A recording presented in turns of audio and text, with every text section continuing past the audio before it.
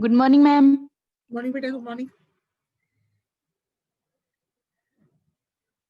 गरिमा, good morning. Good morning गरिमा। Good morning बेटा, good morning बेटा। आपकी क्लास कल गुड ही है? मॉर्निंग। कल ही है ना बेटा आपकी क्लास? जी मैम। बेटा कब है? 22 को है 23 को? मैम 23 को है ना, 23 को। 23 को है बेटा। हाय गरिमा।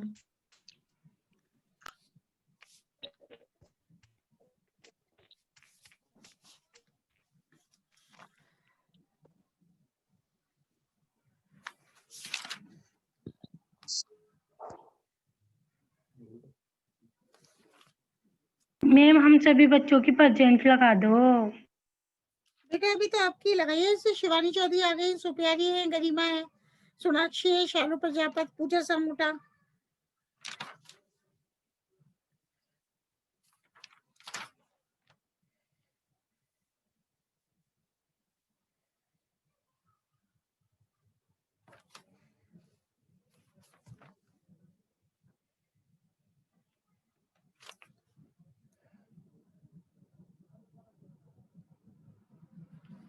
संगीता गौड़ आई है, अब संगीता गौड़ की लगा देते हैं।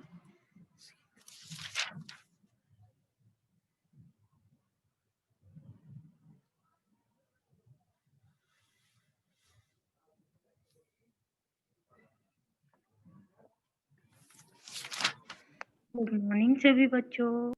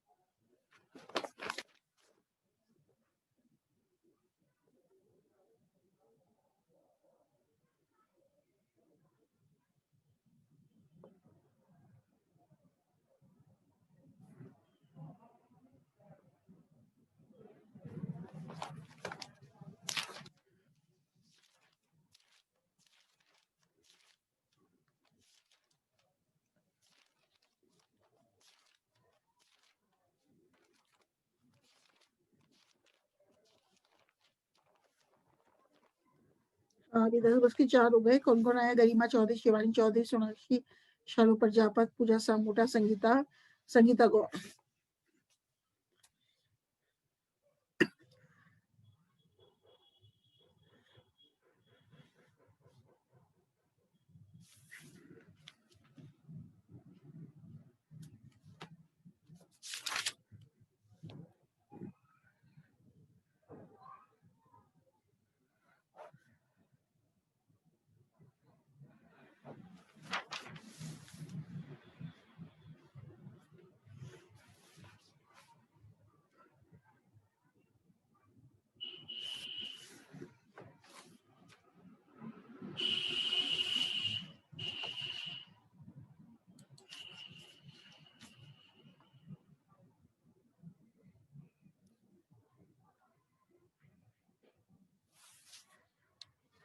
खुशबू तिवारी आई है अभी। खुशबू तिवारी आई है।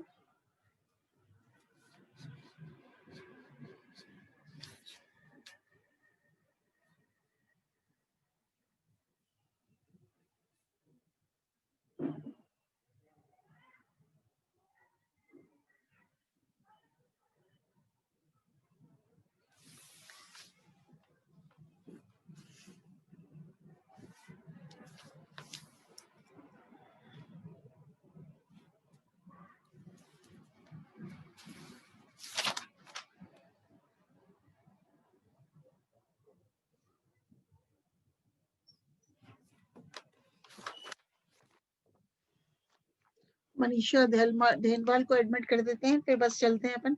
अब स्क्रीन करते हैं Manisha Denwal.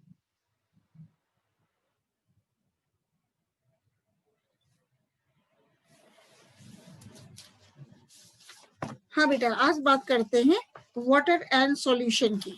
Water and solution की, जल एवं विलयन की। तो जैसा कि आप सभी लोग जानते हो, जल सभी सजीवों का सबसे प्रमुख एवं आवश्यक तत्व है। अधिकतर पौधों में जल की मात्रा कुल भार का लगभग 70% से 95% तक होती है, परंतु काष्ठीय ऊतकों में जल की मात्रा तुलनात्मक रूप से कम होती है। शुष्क बीजों ड्राई सीड्स में जल की मात्रा अत्यधिक कम होती है। मतलब in the dry seeds quantity of water is very less, about 5% water is found in dry seeds. शुष्क बीजों में जल की मात्रा अत्यधिक कम होती है, 5% तक ही पाई जाती है।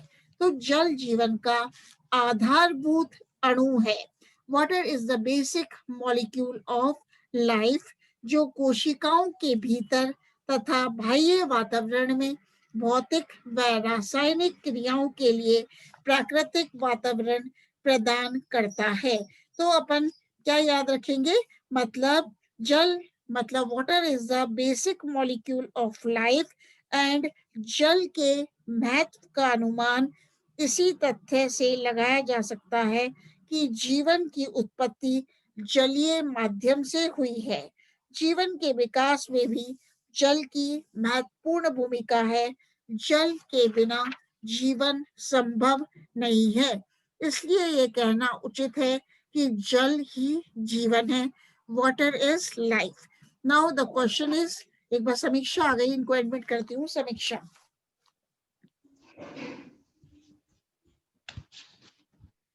आता है question, what is the importance of water to plant life? पौधों में जल का महत्व क्या है? तो पौधों में जल के महत्व कुछ सामान्य कार्य, पौधों में जल के कुछ सामान्य कार्य निम्न प्रकार है। पहला पर डिस्कस करते हैं, कॉन्स्टिट्यूएंट ऑफ प्रोटोप्लाज्म। जल प्रोटोप्लाज्म का घटक है। दूसरा है जल एज ए सॉल्वेंट, विलायक के रूप में। तीसरा है एज ए ट्रांसलोकेशन मीडियम, स्थानांतरण माध्यम। चौथा है एज ए रिएक्टेंट। ठीक है। आयोनाइजेशन ऑफ सॉल्यूट्स, डिस्टर्बेंस आ रहा है, ये भी रिकॉर्डिंग हो रही है। आयोनाइजेशन ऑफ सॉल्यूट्स, विलयों के आयनीकरण में भी है। इन टर्जिडिटी ऑफ ऑर्गन्स, अंगों की स्फीति में भी इसका यूज है। In as a temperature regulator and medium of life cycle. तो कॉन्स्टिट्यूएंट ऑफ प्रोटोप्लाज्म, जो जल है प्रोटोप्लाज्म के घटक है। मतलब जल, water is an important constituent of protoplasm. जल प्रोटोप्लाज्म का आवश्यक घटक है।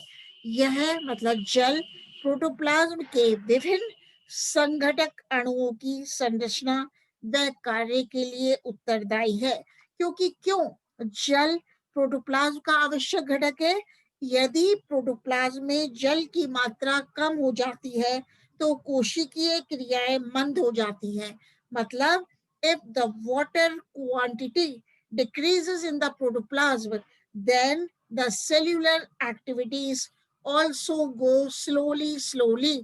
मतलब यदि प्रोटोप्लाज्म में जल की मात्रा घट जाती है या जल की मात्रा कम हो जाती है, तो जो कोशिकीय क्रियाएं हैं वो भी मंद गति से होने लगती हैं। मतलब all the cellular activities depend on the water, ठीक है, प्रेजेंट इन द प्रोटोप्लाज्म। अब जल की मात्रा विशिष्ट स्तर में कम होने पर कोशिका मृत हो जाती है। यदि बेटा प्रोटोप्लाज्म की जो क्वांटिटी है, मात्रा है, एक क्रिटिकल लेवल तक प्रोटोप्लाज्म में जल कम हो जाता है, तो जो सेल्स है वो डेड भी हो सकती हैं, कोशिकाएं मर भी सकती हैं। तो कुछ कोशिकाएं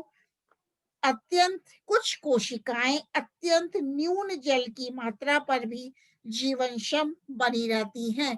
जैसे कि बीजों में अपन देखते हैं सीड्स हैं, लेकिन इसमें क्या होता है, सीड्स की जो कोशिकाएं हैं तो उसमें न्यून मात्रा में मिनिमम अमाउंट ऑफ वाटर पाया जाता है, लेकिन फिर भी जो सेल्स हैं वो वायबल होती हैं। मतलब चूंकि जल की कमी होती है, अत्यधिक कम मात्रा में पाया जाता है जल, तो भी कई कोशिकाएं जल की न्यून मात्रा होने पर भी क्या बनी रहती है, वायबल होती है, जीवनक्षम होती है, जैसे कि अपन क्या देखते हैं बीजों में। इसी प्रकार इन्हें सक्रिय होने के लिए अधिक जल की आवश्यकता होती है, लेकिन बीजों को मतलब सीड्स को सक्रिय होने के लिए, एक्टिव होने के लिए अधिक जल की आवश्यकता होती है। अब दूसरा क्या है, एज ए सॉल्वेंट, विलायक के रूप में। तो जल सजीव कोशिकाओं में यूनिवर्सल सॉल्वेंट का कार्य करता है। वाटर क्या है, water is a universal solvent, and water, because water is a universal solvent, so it is essential for life. इसमें मतलब जल में आवश्यक गैसें, खनिज, लवण तथा कार्बनिक पदार्थ घुले रहते हैं। मतलब all the gases, mineral nutrients and the organic substances are dissolved in water, so the water is a universal solvent, है ना। पादप कोशिकाओं में जल विलयन के रूप में होता है, जिसमें विभिन्न जैविक क्रियाएं संपन्न होती है। इस प्रकार जल विभिन्न रासायनिक अभिक्रियाओं में माध्यम का कार्य करता है। तीसरा है एज ए ट्रांसलोकेशन मीडियम, स्थानांतरण माध्यम। तो जल जैविक तंत्र में पदार्थों के स्थानांतरण का माध्यम है। मतलब वाटर एक्ट्स और functions as a translocation medium in the biological system. अपन देखते हैं कोई सा भी जैविक तंत्र है, कोई सा भी बायोलॉजिकल सिस्टम है, उसमें क्या होता है, जल पदार्थों के स्थानांतरण में प्रमुख भूमिका निभाता है। और पदार्थों के स्थानांतरण से क्या मतलब है, जिसके द्वारा गैसेस तथा खनिज, लवण, मिनरल न्यूट्रिएंट्स आदि बाह्य वातावरण से पादप में तथा पादप के एक भाग से दूसरे भाग में विसरित होते हैं। मतलब अपन कैसे कह सकते हैं कि जल functions, water functions as a translocation medium। क्यों? बिकॉज जल के द्वारा ही जो बाह्य वातावरण है, एक्सटर्नल एनवायरनमेंट है, उससे पादप में गैसेस व लवण खनिज लवणों का स्थानांतरण होता है। इसी प्रकार जल के द्वारा ही एक प्लांट से दूसरे प्लांट में गैसेस व खनिज लवणों, मिनरल न्यूट्रिएंट्स का स्थानांतरण होता है। इसलिए water acts as a translocation medium. अपन देखते हैं जाइलम व फ्लोएम के माध्यम से खनिज लवणों व कार्बनिक पदार्थों का परिवहन भी विलयन के रूप में होता है। चौथा क्या है, फर्स्ट अपन देखा water is an important constituent of protoplasm. दूसरा, it acts as a solvent। तीसरा, water acts as a translocation medium। Fourth है as a reactant, रासायनिक अभिकारक के रूप में भी। ठीक है, जल प्रकाश संश्लेषण में एक अभिकारक के रूप में कार्य करता है। मतलब जब पादपों में प्रकाश संश्लेषण की क्रिया होती है तो जल, water, is used as a reactant. इससे क्या मतलब है, प्रकाश संश्लेषण में अपन देखते हैं लाइट रिएक्शन होता है, तो इस अभिक्रिया मतलब प्रकाश संश्लेषण में जल अपघटन द्वारा हाइड्रोजन आयंस तथा हाइड्रोक्सिल आयंस का निर्माण करता है। तो जल किसका निर्माण करता है, हाइड्रोजन आयंस व हाइड्रोक्सिल आयंस का निर्माण करता है। अब जब इन हाइड्रोजन आयनों का उपयोग कार्बन डाइऑक्साइड के अपचयन में होता है। मतलब जल का अपघटन किसमें हो गया, हाइड्रोजन आयन व हाइड्रोक्सिल आयंस में। अब हाइड्रोजन आयंस का उपयोग किसमें होता है, कार्बन डाइऑक्साइड के अपचयन रिडक्शन में होता है, जिससे कार्बोहाइड्रेट का निर्माण होता है। अब देखते हैं जल पादप गतियों प्लांट मूवमेंट में भी हेल्पफुल रहता है। तो विभिन्न प्रकार के पादप अंगों की गतियां, जितने भी प्लांट ऑर्गन्स है, चाहे वो लीफ है चाहे वो स्टेम है, तो विभिन्न पादप अंगों की गतियां जैसे रंध्रों का खुलना व बंद होना, opening and closing of the stomatas and the opening of the flowers, पुष्पों का खुलना व बंद होना, क्लोजिंग ऑफ द फ्लावर्स, ये किस पे डिपेंड करता है? ये सब जल की मात्रा पे ही निर्भर करता है। तो विभिन्न पादप अंगों की गतियां जैसे कि रंध्रों का खुलना व बंद होना, पुष्पों का खुलना व बंद होना, अनेक फलों का स्फुटन मतलब डेहिसेंस ऑफ द फ्रूट्स, अनेक फलों का स्फुटन मतलब डेहिसेंस ऑफ द फ्रूट्स भी जल पर ही निर्भर करता है। तो अपन देखते हैं कि अनेक फलों का स्फुटन एवं पर्णगति इन भागों में स्फीति परिवर्तन से होती है। मतलब अनेक फलों का स्फुटन, पर्णगति आदि इन भागों में स्फीति परिवर्तन से होती है। अब अपन देखते हैं मीडियम ऑफ लाइफ साइकिल, जीवन चक्र का माध्यम। तो जल अनेक जलीय पादपों के जीवन चक्र का माध्यम है। जो वाटर है वो अनेक हाइड्रोफिटिक प्लांट्स जलीय पादपों के जीवन चक्र का माध्यम है। विभिन्न पादपों के बीजों, फलों तथा बीजाणुओं का डिस्पर्सल भी जल के माध्यम से होता है। तो आप सब लोग जानते हो कि जो प्लांट्स के सीड्स हैं, फ्रूट्स हैं व स्पोर्स हैं, इनका डिस्पर्सल कैसे होता है? जल के द्वारा। मतलब the spores and the fruits and the seeds are carried by the water currents to different places. अनेक स्थलीय पादप जैसे कि ब्रायोफाइट्स व टेरिडोफाइट्स में निषेचन की क्रिया जल की उपस्थिति में ही होती है। अपन जब फर्स्ट ईयर में पढ़ते हैं, आप लोगों ने पढ़ा ब्रायोफाइट्स, है ना? तो अपन टेरिडोफाइट्स अभी आप लोगों ने पढ़े। तो ब्रायोफाइट्स में, टेरिडोफाइट्स में जब फर्टिलाइजेशन होता है, मतलब निषेचन होता है, तो ये निषेचन फर्टिलाइजेशन भी जल की प्रेजेंस में ही होता है। तो जल एक मीडियम ऑफ लाइफ साइकिल के रूप में भी कार्य करता है। एंड नेक्स्ट है इन टर्जिडिटी ऑफ ऑर्गन्स, अंगों की स्फीति में भी जल का महत्वपूर्ण रोल है। तो पादप कोशिकाओं में अधिकतर जल रिक्तिकाओं में संग्रहित रहता है। अपन जब देखते हैं प्लांट सेल में वैक्यूल पाए जाते हैं, रिक्तिकाएं पाई जाती हैं। तो जो प्लांट सेल्स हैं उसमें जो जल है वैक्यूल्स मतलब रिक्तिकाओं में संग्रहित रहता है, जिससे कोशिकाओं तथा पादप अंगों की स्फीति बनी रहती है। चूंकि जल संग्रहित रहता है किसमें? वैक्यूल्स में। तो जो सेल्स हैं वे प्लांट ऑर्गन्स हैं, वो टर्जिड अवस्था में रहते हैं, स्फीत अवस्था में रहते हैं। स्फीति कोशिकाओं की वृद्धि तथा विभाजन के लिए आवश्यक है। नेक्स्ट है हाइड्रोलिसिस ऑफ मैक्रोमोलिक्यूल्स, गुणु अणुओं का अपघटन। तो कोशिकाओं में प्रोटीन, सेल्स में प्रोटीन, स्टार्च आदि गुरु अणुओं का अपघटन जल के द्वारा ही होता है। तो जितने भी मैक्रोमोलिक्यूल्स हैं बेटा जो कि प्रेजेंट होते हैं कोशिका में, एक सेल में, चाहे वो प्रोटीन है, चाहे वो स्टार्च है, चाहे अन्य मैक्रोमोलिक्यूल्स है, इनका जो अपघटन है, हाइड्रोलिसिस है, वो जल के द्वारा ही होता है, जिससे इनका परिवहन तथा उपभोग संभव हो पाता है।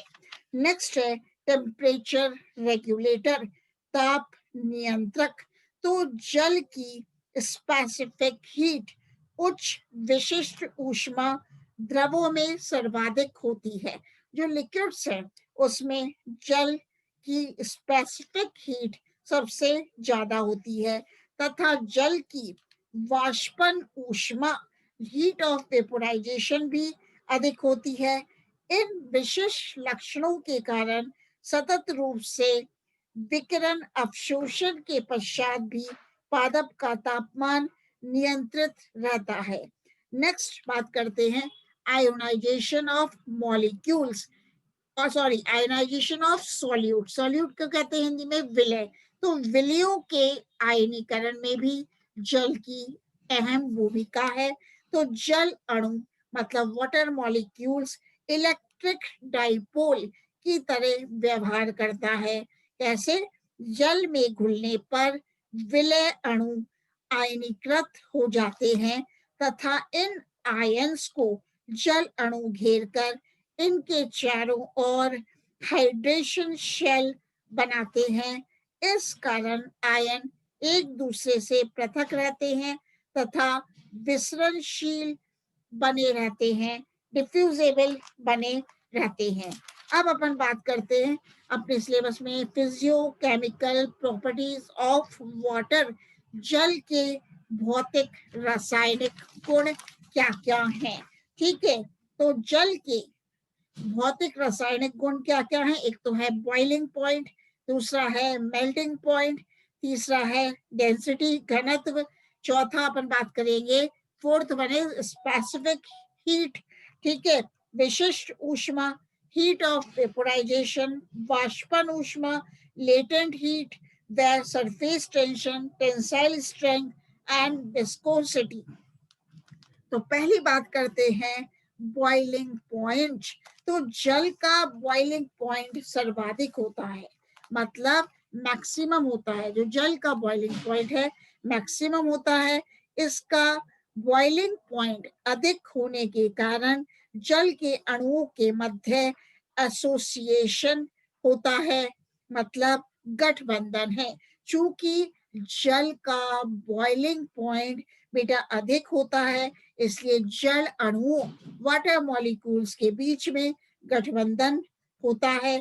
यदि जल का बॉइलिंग पॉइंट अधिक नहीं होता तो कोशिकाओं में जैविक क्रियाओं, बायोलॉजिकल प्रोसेसेस का संभव होना का संपन्न होना संभव नहीं होता। मतलब यदि अब मैं कह रही हूँ जल का बॉइलिंग पॉइंट अधिक होता है, यदि जल का बॉइलिंग पॉइंट अधिक नहीं हो, बहुत कम हो, बॉइलिंग पॉइंट ज्यादा नहीं हो, तो जो सेल्स हैं उसमें जो बायोलॉजिकल प्रोसेसेस हो रहे हैं वो उनका संपन्न होना संभव नहीं हो पाता है। Means all the biological processes occurring in a cell only take place when the boiling point of water is high. Now the melting point, तो जल का मेल्टिंग पॉइंट भी सर्वाधिक होता है। जैसे कि बॉइलिंग पॉइंट भी सर्वाधिक होता है, उसी प्रकार वाटर का बॉइलिंग पॉइंट भी सर्वाधिक होता है। यह भी मतलब मेल्टिंग पॉइंट भी जल अणुओं के मध्य प्रबल इंटरमॉलिक्यूलर बॉन्ड्स का परिणाम है। ठीक है, अब डेंसिटी की बात करते हैं, घनत्व। तो जल का सर्वाधिक घनत्व 4 डिग्री सेंटीग्रेड पर होता है, मतलब maximum density of water is at a temperature of 4 degree centigrade. इस गुण के कारण अत्यधिक न्यून तापमान पर भी जल गहरी झीलों तथा समुद्र में जम नहीं पाता है। अपन देखते हैं कि जो समुद्र है, सी है या गहरी झीलें हैं, उनमें जल फ्रीज क्यों नहीं हो पाता, जम क्यों नहीं पाता? क्योंकि जल का सर्वाधिक घनत्व 4 डिग्री सेंटीग्रेड पर होता है। तो इस गुण के कारण अत्यधिक न्यून तापमान पर भी जल गहरी झीलों तथा समुद्र में जम नहीं पाता है। जब निचले स्तरों के जल का तापमान 4 डिग्री सेंटीग्रेड से कम हो जाता है तो जल ऊपर उठता है तथा सतह पर जम जाता है। तथा नीचे स्थित जल का तापमान जमाव बिंदु तक नहीं पहुंच पाता है, इसलिए सतह पर जमी झील के नीचे स्थित जल में सजीव जीवित रहते हैं। इसी प्रकार अब बात करते हैं स्पेसिफिक हीट, जिसको कि विशिष्ट ऊष्मा कहते हैं।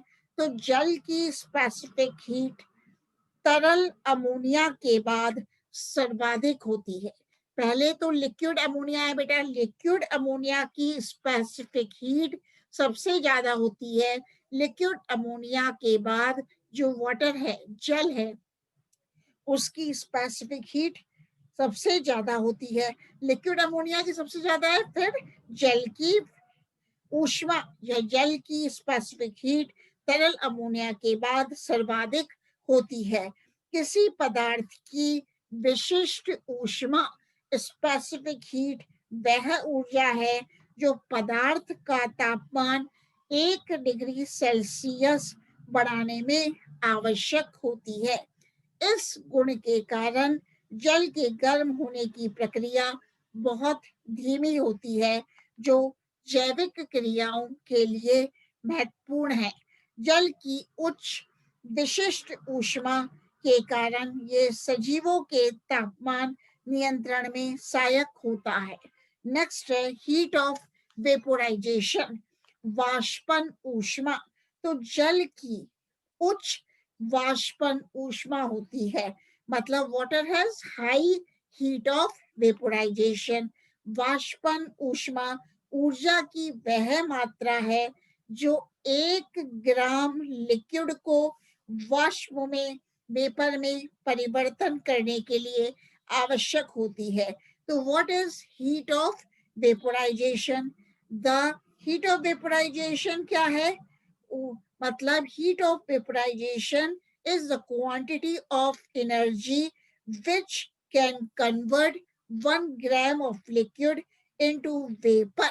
इसको कहते हैं हीट ऑफ वेपोराइजेशन। वाष्पन ऊष्मा ऊर्जा की बेटा वो मात्रा होती है जो 1 ग्राम द्रव को, 1 ग्राम लिक्विड को वाष्प में, वेपर में परिवर्तित करने के लिए आवश्यक होती है। जल की वाष्पन ऊष्मा, जल की heat of vaporisation 540 calories 100 degree centigrade पर होती है तथा 596 कैलोरीज 0 डिग्री सेंटीग्रेड पर होती है। उच्च वाष्पन ऊष्मा भी सजीवों के तापमान नियंत्रण में सहायक होती है।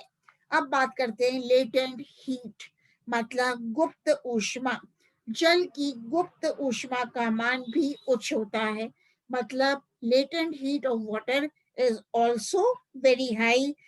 वह ऊर्जा जो 1 ग्राम ठोस को जमाव बिंदु पर द्रव में परिवर्तित करने में आवश्यक होती है, गुप्त ऊष्मा कहलाती है।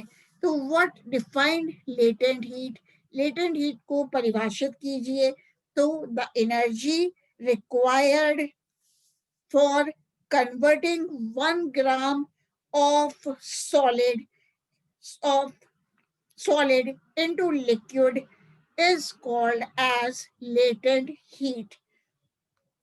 पानी के जमाव से पूर्व भारी मात्रा में ऊष्मा का विमोचन होता है, जो वास्तव में कोशिकाओं में जल के जमने को रोकती है। तो इस प्रकार आज हम देख रहे हैं physicochemical properties of water. Next है टेंसाइल स्ट्रेंथ। नेक्स्ट है टेंसाइल स्ट्रेंथ, मतलब पृष्ठ तनाव। तो वह फोर्स, वह बल जो जल की सतह पर क्रियाशील होता है, जल का पृष्ठ तनाव कहलाता है, जिसका मान 20 डिग्री सेंटीग्रेड पर 72 अर्ग डिवाइडेड बाय सेंटीमीटर स्क्वायर होता है। इस गुण के कारण, मतलब सरफेस टेंशन, पृष्ठ तनाव के कारण जल केशिका नली में 120 सेंटीमीटर तक चढ़ सकता है, जल के इसी गुण के कारण पौधों में वाहिकाओं द्वारा रसारोहण होता है। तो why ascent of sap takes place? Because जल का जो सरफेस टेंशन है वो क्या होता है, अधिक होता है। मतलब जल के सरफेस टेंशन के कारण पौधों में वाहिकाओं द्वारा रसारोहण एसेंट ऑफ सैप होता है। नेक्स्ट है बेटा टेंसाइल स्ट्रेंथ। तो जल अणुओं के मध्य कोहिजन एंड एडहिजन के कारण इसमें प्रत्यास्थता पाई जाती है। मतलब जल के जो मॉलिक्यूल्स है, वाटर मॉलिक्यूल्स है, उनमें कोइजन उनमें सॉरी उनमें कोइजन पाया जाता है। व एडिजन के गुण के कारण इसमें प्रत्या प्रत्यास्था पाई जाती है।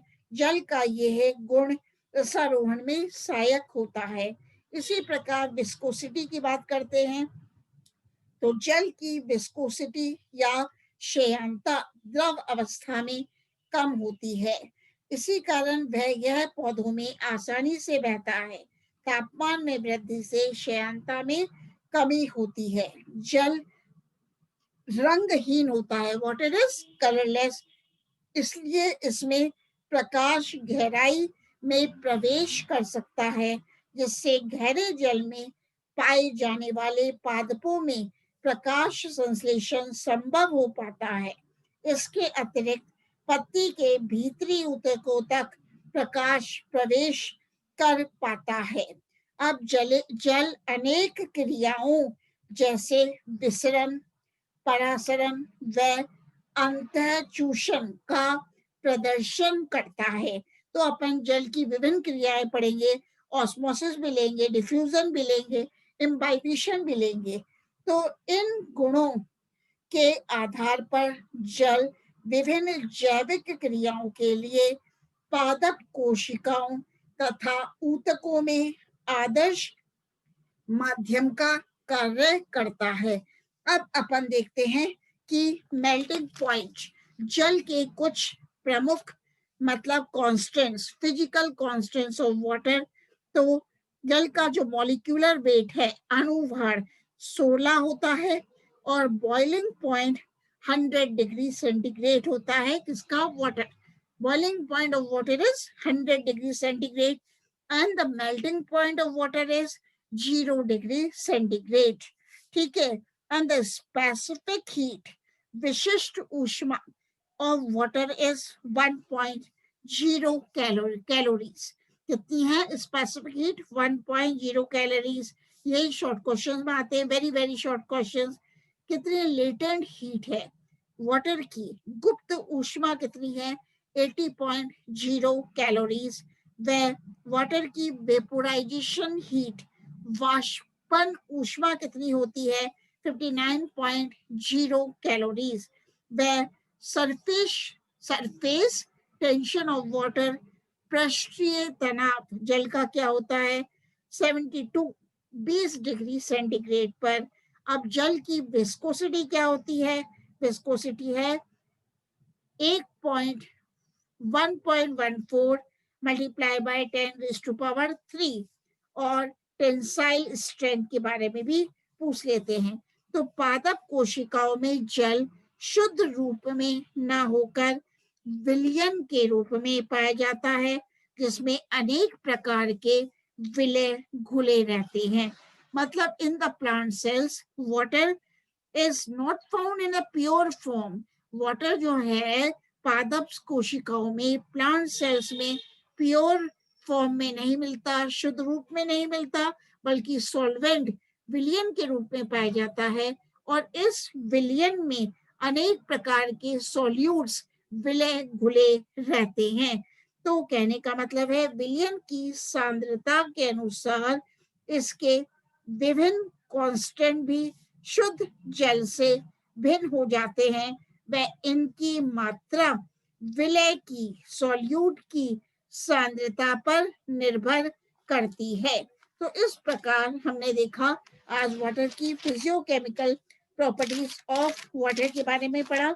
तो आपकी यूनिट फर्स्ट में ऊपर ही ऊपर ये डाल रखा है तो आपका इस पे क्वेश्चन आता है, जैसे कैसा क्वेश्चन, जल का पृष्ठ तनाव से क्या तात्पर्य है? What do you understand by the पृष्ठ तनाव? मतलब सरफेस टेंशन ऑफ वाटर।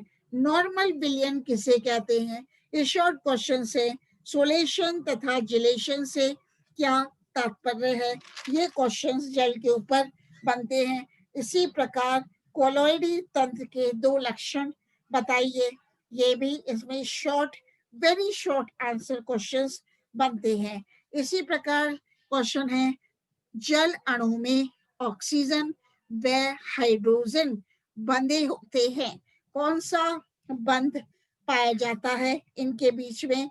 तो सह संयोजी बंधों के द्वारा ये जल अणु में हाइड्रोजन व ऑक्सीजन बंधे होते हैं। तो इस प्रकार के क्वेश्चंस इसमें आते हैं।